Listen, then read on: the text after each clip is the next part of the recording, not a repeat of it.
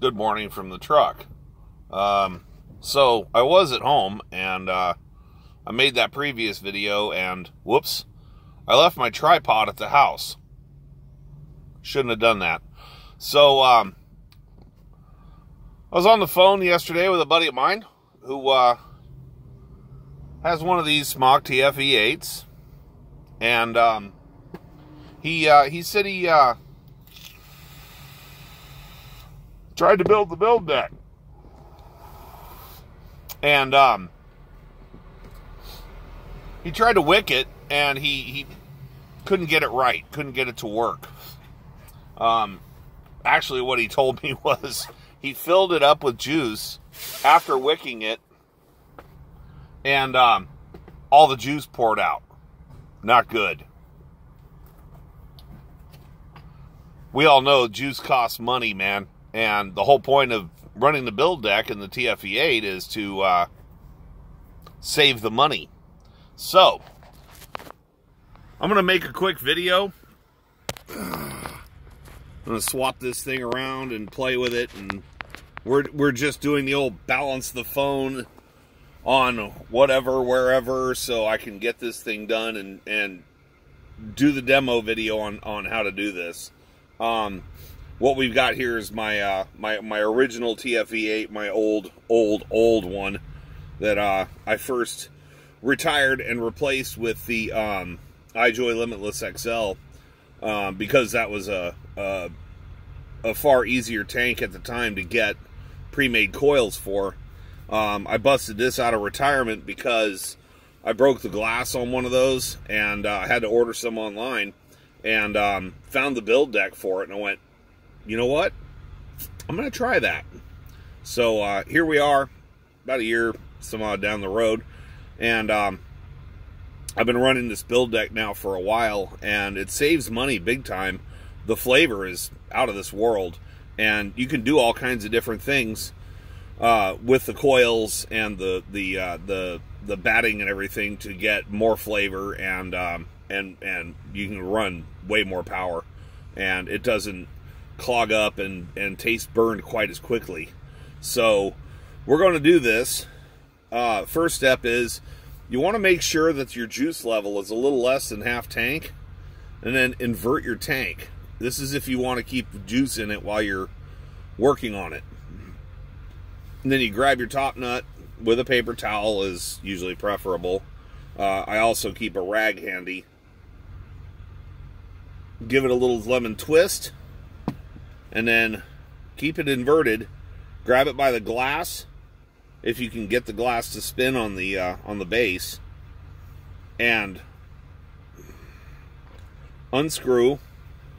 Now you can set aside your glass and your mouthpiece, and as long as you don't mess with it, it'll keep your juice contained, and it'll maintain tension. This is the point where I keep building supplies all over the inside of the truck. One of these comes in handy. Hold it by the mouthpiece, not by the glass, and down inside there you'll see old burned juice left over from you vaping on it for God knows how long. In this case, probably about a week. Just take your cotton swab, go up inside there, and swab your chimney out real quick, and you'll get all that old gucky juice out of there. And then set that bad boy aside and do not touch it again until you're ready to reassemble. Now, inside on your top of your build deck, you'll have this ring, which is part of your chimney assembly. You'll unscrew this. I use a paper towel. Sometimes my TFV8 likes to be smarmy, and the base will come apart with the chimney. Awesome. Usually a pain in the butt to get it apart. This is where owning a Swiss Army knife is preferable. You take the hook end of your bottle opener and you stick it into the air hole there in the base, and just hold it steady or use it for a wrench and give it a little twist. Lefty-loosey, righty-tighty. And just like that, the chimney comes apart. So you set the chimney aside. It'll tend to roll around. You don't want to do that. See, now I was gonna wipe it out anyway, but now I'm gonna have to wipe it off and wipe it out because I have a dog and she likes to shed. I keep telling her to keep her fur to herself, but she doesn't listen. So we're gonna put the build deck back into the base, and we're gonna set that aside for a quick moment while I grab my chimney ring and give it the old quick once over like this. Just wipe it down and make sure you get the paper towel and a finger up inside that bad boy and give it a quick wipe down, because old juice tastes terrible, and so does burned juice all over your coils and your old wicks, etc. This is a lint-free cloth. I bought it from the vape shop that went out of business this last couple of weeks at home, and incidentally, those are the same people who, for some reason, started having problems getting the pre-made coils for these TFV8s in. I'm always dropping things. I'm so clumsy. I'm 49 and the hands don't work like they used to. Cotton bacon bits.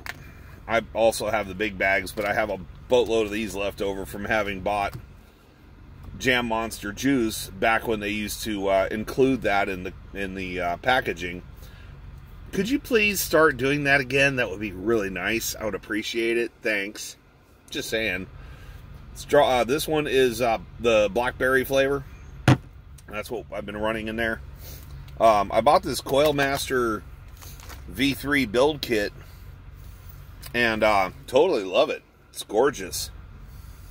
So that's what we're using to build with today. Need to wet my whistle. All that talking, you know. So, angle tweezers. And we're going to go into here. We're going to use the scrap piece of paper towel. I ripped it in half. And I'm going to pull my old wick material out of here. I'm going to show you all kind of what it looks like. First on its way out and then after it's out. So what I've got here is some older wick material. And you can see there's all kinds of blackening and caramelization. I've been running the heck out of this stuff. And what'll happen over time is, yeah, you may burn your wick material in half inside the coil. Maybe from running it too hot, maybe from wicking it too little. But maybe a combination of both, or you just running it too long. That one didn't quite split in half quite as badly. So, now I've got it de-wicked. And now we're ready to start wicking it. Well, not quite. Got to burn off the caramelization. Now, as you look at that, you're going to see little black spots all over it. There's a little black spot on my coil today. All that is burned juice, caramelization. So we're going to heat these up till they're red hot. Pulse them. And let that caramel burn off. Now I'm in a big truck. I've got a one of these little blow guns. But most people, when I'm at home, I use my kitchen sink. I'll rinse that off under hot water. But since I'm in the truck, I do it dry. Right now, my air tanks have about 60 psi of compressed air in there, which is more than enough to effectively clean all that caramel off the coils and leave them all pretty. So now that those are spiffy, as a sergeant I used to have once used to say, I'm going to make sure that they're straight and make sure they're clean and make sure they look good. because if they don't look good, I don't look good. Give them a quick bend there. I'm going to heat them up one more time. Make sure they're getting good contact. Nice uniform heating. These are not the coils that you're looking for. These are not the coils that came on the build deck. I burned those out. It took them almost a year to burn out. Almost. That ought to tell you something. Now for the next phase. Get the cotton out.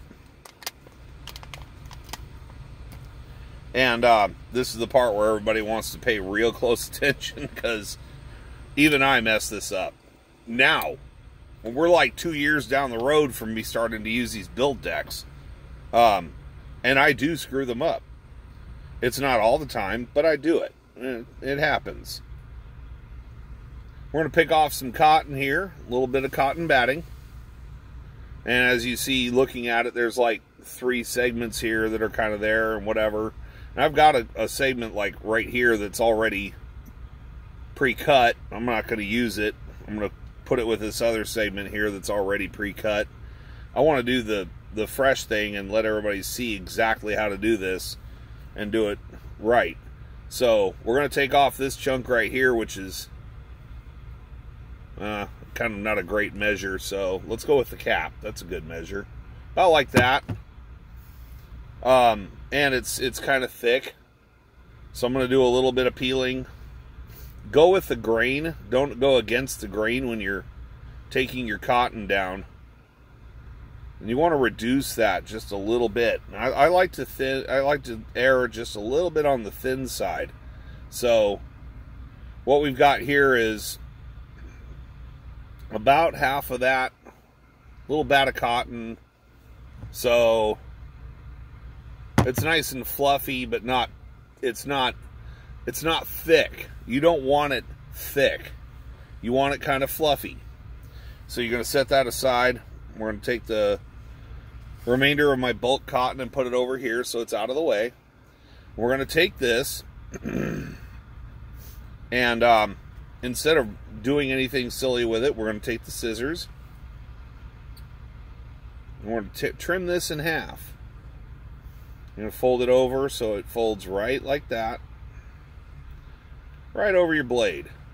Make sure it all tucks up in there. Urgh. Snippy, snippy. Okay, so we got that all snipped.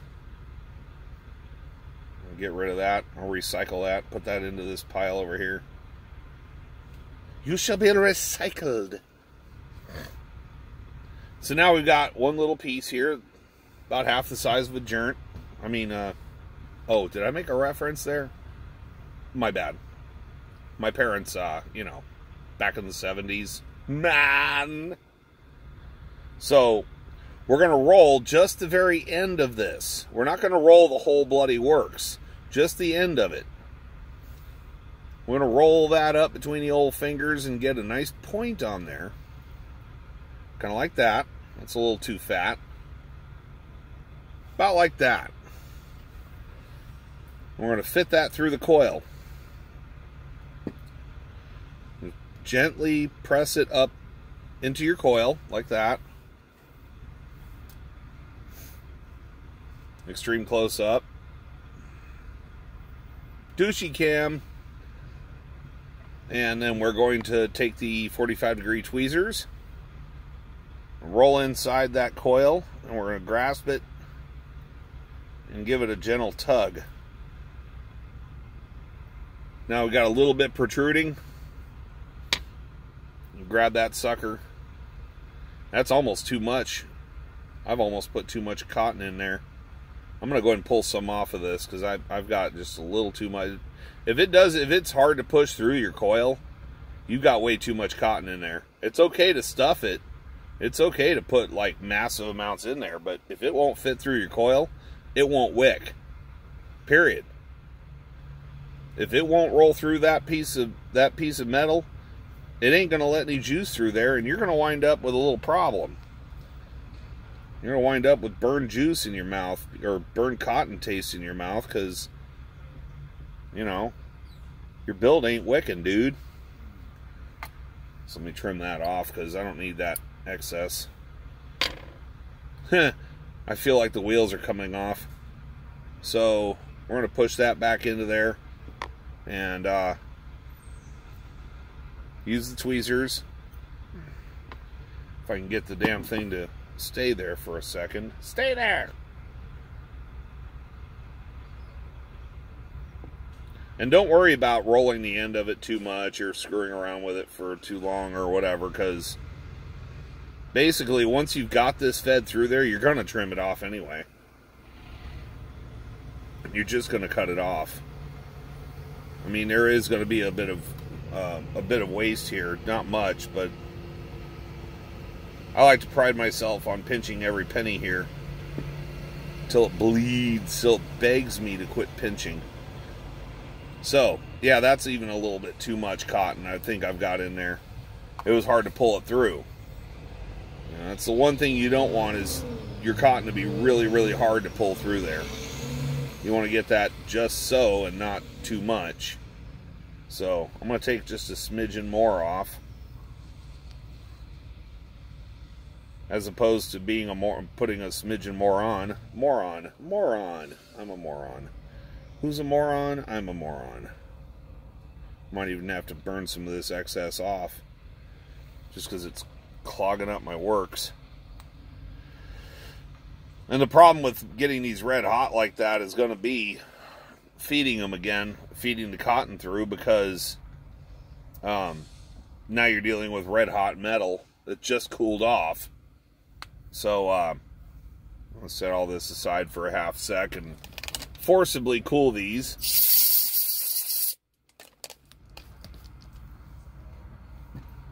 Air cooling works just fine with these,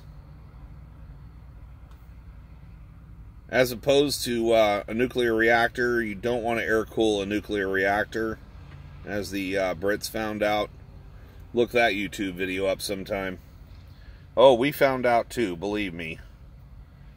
Oh yeah, that made us believers, all of us. Never nice when you leak radiation all over the countryside around your test reactor.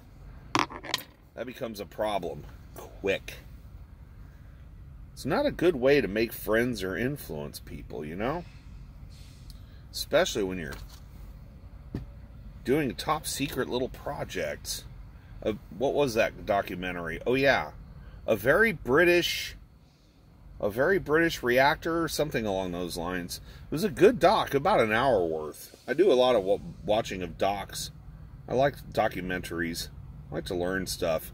Okay, so now we've got this fed through here. This is the critical issue, or the critical part. If the cotton itself isn't too thick, too meaty, beefy, big, and bouncy, then you've done right. Normally, when I trim this, I start off by putting the blades of my skizzers just a little bit outside the outer ring of the tank base. Just a little bit outside that, like maybe a 1/16 of an inch. Nothing more, nothing less, nothing crazy. And the cool part about this is it's not an exact science. You've got a little room in there to play around. So now that I've trimmed the wick, and as you see, it's just a little bit longer than the width of the tank. Not much. I'm going to take the tweezers, and I'm going to sweep this aside for a sec. I'm going to show you something down in there. You see that juice well? It's located right there. Oh, I covered it up because I'm stupid. Right there. See, right there, that's that juice well. You want to get this wick down inside that juice well, and you want to occupy about as much space as you possibly can. But what you don't want to do is get your tweezers in there and the cotton and reef and pack and shove and push. You just want to push it down in there so it fits. So here's one wick. on just one side, pushed neatly and gently. Neatly and gently. Operative words. Down into the juice well. Like I said, you don't want to shove, you don't want to push, you don't want to cajole. Just want to get that bad boy down in there, nice and neat. See how much, it's a little focus, the focus is a little off. But you see, it occupies the space. And most importantly, is this channel right here. This is where your juice runs through from your tank into your coils. So now we're going to wick the other side, and hopefully this goes a little more smoothly, because yes, I messed up and I put a little too much wick in at first. That means that when I trimmed the wick initially, blah blah blah. So blah blah blah blah blah blah blah blah blah blah blah blah blah blah blah blah blah blah. So blah blah blah. A little too thick there. We'll try this again. It won't go in. It's being a pain. There we go. So I stuffed it in there, and now we're going to grab it, give it a little pull. And you don't want to go one pull at all at once. You want to take it easy and take 2 or 3 bites and take your time pulling that through. There, that's almost too much wick on that side, but you see it kind of pulls back and forth nice and easy. Not too easy, but not too nice, and you know, not too rough. So again, we're going to trim to the edge, a little fatter than the edges of the tank. Just a little bit. It's okay if you get it a little bit long, because you can always trim long. Getting it too short, that's where you're going to have a problem. So there you go. It's a little fatter than the base of the tank. Grab the tweezers. And I always like to hold this in my hand and look at it directly through my bifocals, because your eyeballs degenerate with time and you need bifocals because you're an old bastard, as evidenced by the gray beard. So now we've got the wick. Dude, you got your wick, dude. You cram it down in there, and there you go. Like that. Every little bit of space is occupado. Occupado. There you go. Now the wicks are in.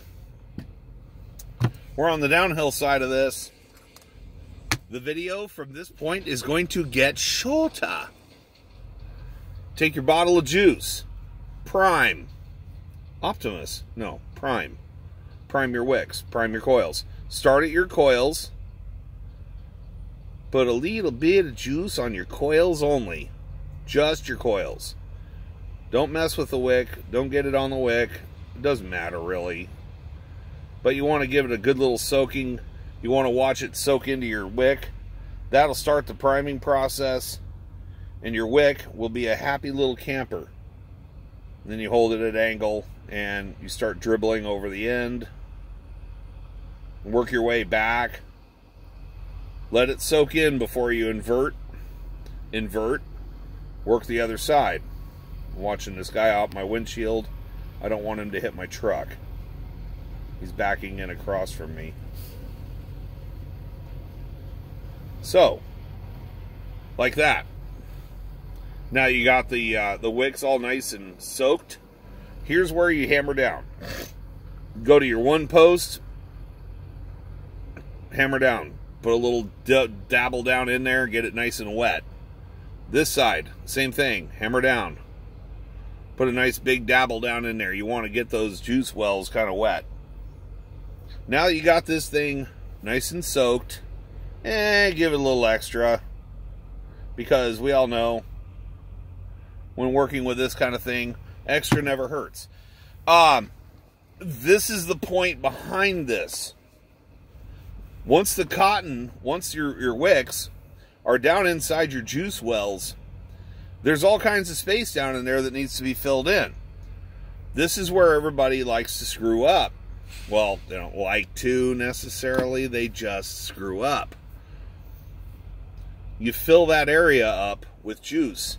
This is where you're going to see if you got this right or not.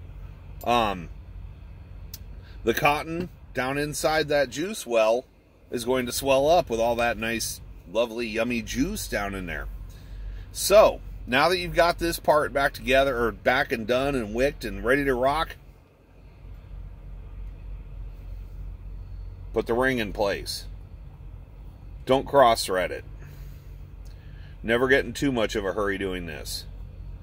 And if you still got a little juice on there, no big deal. In my case, I'm going to wipe it off because dog hair. Make sure that baby is nice and clean, because you're inhaling this stuff after all. And keep your fingers clean too. I keep sanitizer around for that. Now, reassembly. Don't invert this. You'll get juice everywhere. Invert this. Drop it into there like that. And screw it. Don't reef it tight. Just get it to where it stops.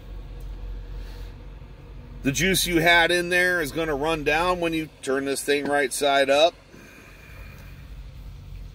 Give everything a quick once over with your paper towel or lint-free cloth or whatever turns you on. And now for the fun. We open the lid and fill the tank all the way to capacity. Now the cool part about doing this is if you screw up your wick job and you invert the tank and there's juice in there already, blah blah blah, you're gonna know if you screwed up right quick, because the juice that was already in there is gonna run out all over your stupid hand. Or if you got it right, you won't get a drop of it anywhere. Except where it's supposed to be. And where's that?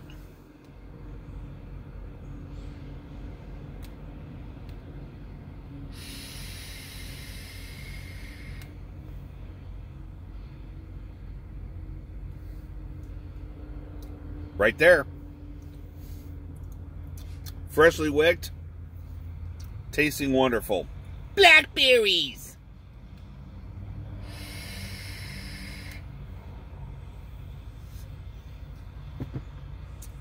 So there it is. That's how you wick a TFV8 in a truck. This has been Ham on Vapes. I am Trucking James on Twitter. And we'll see you out there. Thanks a lot for paying attention and watching. Have a good one.